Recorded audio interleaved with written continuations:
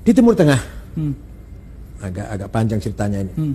Di Timur Tengah setelah ambruknya khilafah tahun 24, khilafah Ottoman, sejak Zainal Abu Bakar sampai tahun 24, khilafah itu bubar.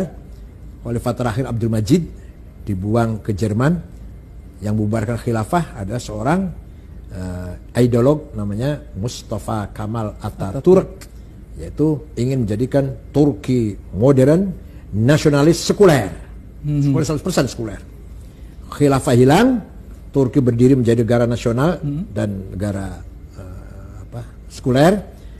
Haji, negara tidak ikut campur. Mau haji mau tidak bukan urusan negara. Ya, agama enggak, lepas. Negara nggak ngurusin haji, terserah. Nggak ngurusin agama lah, nggak ngurusin agama. Walhasil itulah. Nah, ternyata gagal. Turki itu gagal. Hilangnya khilafah, umat Islam dalam keadaan di bawah penjajah.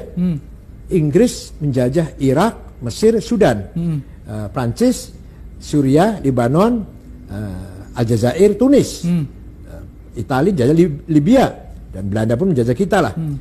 Maka umat Islam yang dijajah itu tidak punya pemimpin, tidak punya induk. Nah, disitulah berdiri pertama kali partai politik Arab yang berideologi nasionalis, sekuler, sosialis, yaitu Partai Ba'ath, yang pendirinya namanya Mitchell Aflaq, orang beragama Kristen Ortodok dari Damaskus, menantunya Golda Meir, Perdana Menteri pertama Israel, itu dia menantunya. Maka menggembleng kader-kader Arab dari Irak, Hasan Bakr, dari Suriah, Abdul Karim Qasim, Mesir, Zakaria Muhyiddin, Muhammad Najib, Aljazair, Bin Bella, Tunis, Habib Bourguiba, Sudan, Ja'far Umeri.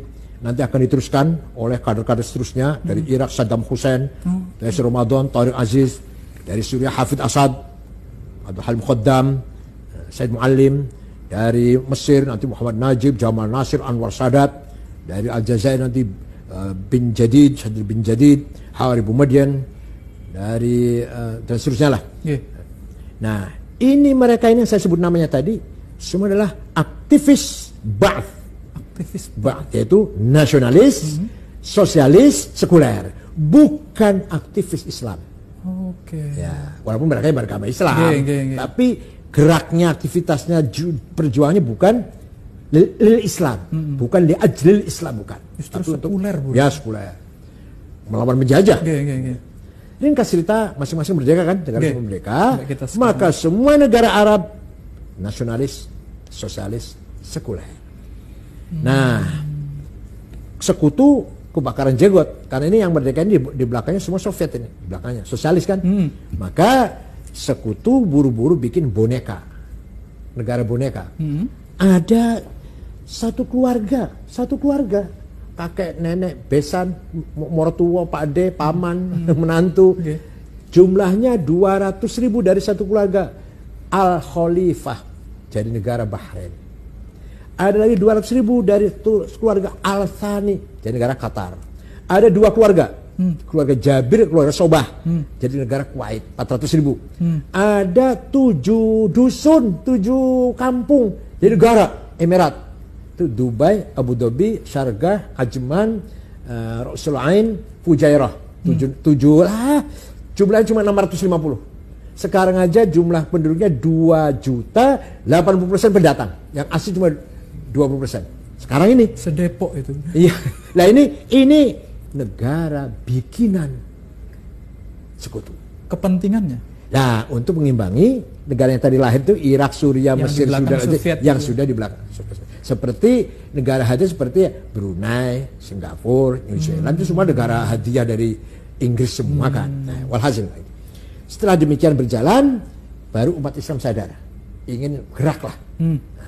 Pertama kali orang pejuang ingin membangkitkan umat Islam dengan semangat li ajl Islam adalah Syekh Hasan Al-Banna. Nah, mendirikan partai politik Islam namanya Ikhwanul Muslimin. Tahun 30, tahun 35, 36 lah. Dengan niat agar terutama pemuda-pemuda masa depan nih punya semangat Islam gitu loh. Jangan sekuler, jangan sekuler. Nasionalis boleh tapi jangan sekuler. Dan beliau moderat. Ya, pegangannya Ibnu Katsir. Seperti NU lah, seperti kita kiai-kiai NU pegangan rujukan kitabnya. Kitabnya.